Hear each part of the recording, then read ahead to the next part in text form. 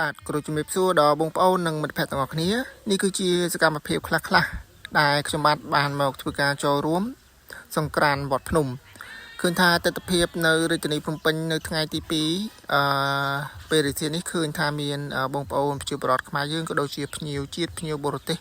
បានមកធ្វើការចូលរួមលេងកម្សាន្តយ៉ាងច្រើនកកកចឹងសម្រាប់ទស្សនវិជ្ជានៅជុំវិញវត្តភ្នំក៏មានអាជីវករគាត់បានធ្វើការលក់ដូរក៏ដូចជាការលក់នៅរបស់របរញ៉ាំសម្រាប់បងប្អូនក៏ដូចជាភ្ញៀវដែលបានមកធ្វើការចូលរួមលេងកម្សាន្តនៅក្នុងពិធីបុណ្យចូលឆ្នាំប្រពៃណីខ្មែរយើងអាចធ្វើការរកទិញរបស់របរញ៉ាំបានយ៉ាងស្រួលបាទអញ្ចឹងសម្រាប់បងប្អូនដែលគាត់បានមកធ្វើការចូលរួមលេងកម្សាន្តដោយសារទស្សនវិជ្ជានៅក្នុងថ្ងៃបុណ្យប្រពៃណីចូលឆ្នាំខ្មែរឃើញថាមានបងប្អូនប្រជាពលរដ្ឋគាត់មានការ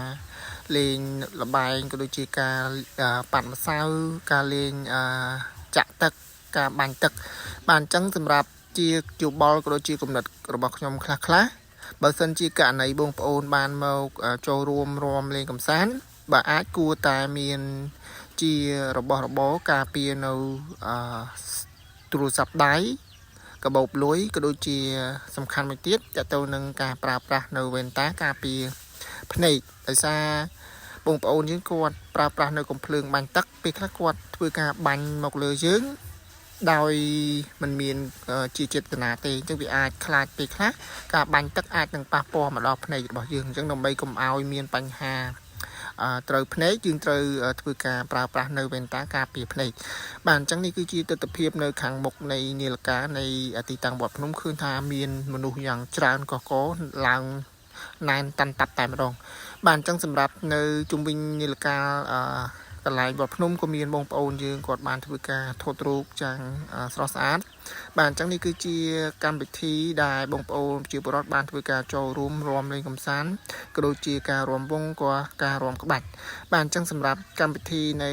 កន្លែងវត្តភ្នំក៏មានជារបាំកណ្ដោបុកស្រូវផងដែរនឹងធ្វើការបង្ហាញជូនបងប្អូនក៏ដូចជាមិត្តភ័ក្តិទាំងអស់គ្នានៅបន្តិចទៀតនេះបាទអញ្ចឹងសម្រាប់ទស្សនវិជ្ជាពេលនេះគឺឃើញថាការរាំលេងយ៉ាងសប្បាយរីករាយបាទអញ្ចឹងនេះគឺជាទស្សនវិជ្ជាប្រភេទរបាំកណ្ដោបុកស្រូវដែលបានធ្វើការបង្ហាញជូនដល់ភ្ញៀវជាតិក៏ដូចជាភ្ញៀវអន្តរជាតិដើម្បីធ្វើការទស្សនាទាំងអស់គ្នា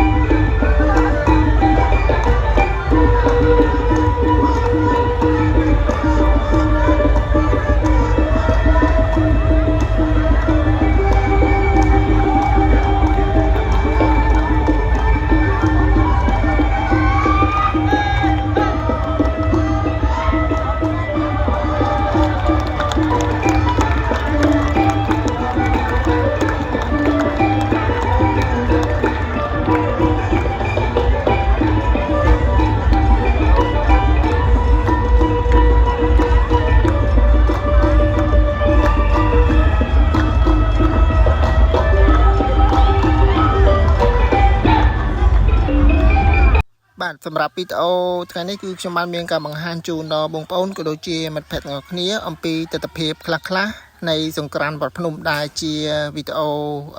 ចូលឆ្នាំប្រពៃណីខ្មែររបស់យើងដែលជាថ្ងៃទី2បាទអញ្ចឹងជាចុងបញ្ចប់នៃវីដេអូខ្ញុំបាទក៏សូមអរគុណដល់បងប្អូនក៏ដូចជាមិត្តភ័ក្តិទាំងអស់គ្នាដែលតែងតែចំណាយពេលវេលាដ៏មានតម្លៃក្នុងការទស្សនានៅវីដេអូរបស់ខ្ញុំបាទអញ្ចឹងសម្រាប់ទស្សនវិជ្ជាពេលនេះគឺឃើញថាមានបងប្អូនយើងជាច្រើនបានមកចូលរួមរំលេងកម្សាន្តនៃសង្ក្រាន្តវត្តភ្នំបន្តតែម្ដងបាទអញ្ចឹងក៏មានជាសកម្មភាពខ្លះៗដែលមានការលេងបាញ់ទឹកផងដែរបាទអញ្ចឹងសម្រាប់បងប្អូនដែលបានមកធ្វើការចូលរួមទីតាំងណាមួយសូមបងប្អូនត្រូវចេះថែរក្សានៅទ្រព្យសម្បត្តិផ្ទាល់ខ្លួនផងដែរជៀសវាងមានបញ្ហាបាត់បង់ជួបគ្នានៅវីដេអូក្រោយ